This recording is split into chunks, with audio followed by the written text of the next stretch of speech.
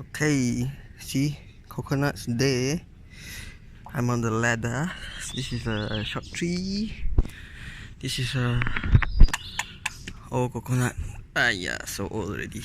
And those two are young. You can see, right? Yeah. So these are old. This one is older. I think it's empty already. What the hell? So these are old. I think you can drink, cannot eat lah. Inside all become hard. The meat, the flesh are all hard. So we're just gonna cut it for the juice. So yeah, let's do it with this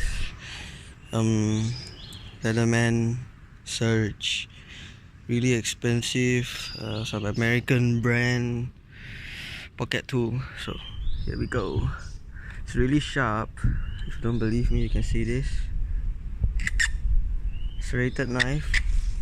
It goes in just nice. And there's also a saw option, but nah, I don't think a saw is necessary. You can just give it a few cuts. 1, 2, 3, and one more time. Wow, that was lit. Let's go and check it out. Alright, my shoes done. These are the young ones. Very nice to drink, very nice to eat. This one, oh, this one's heavy. This one's an old one, too old. But at least it got some juice.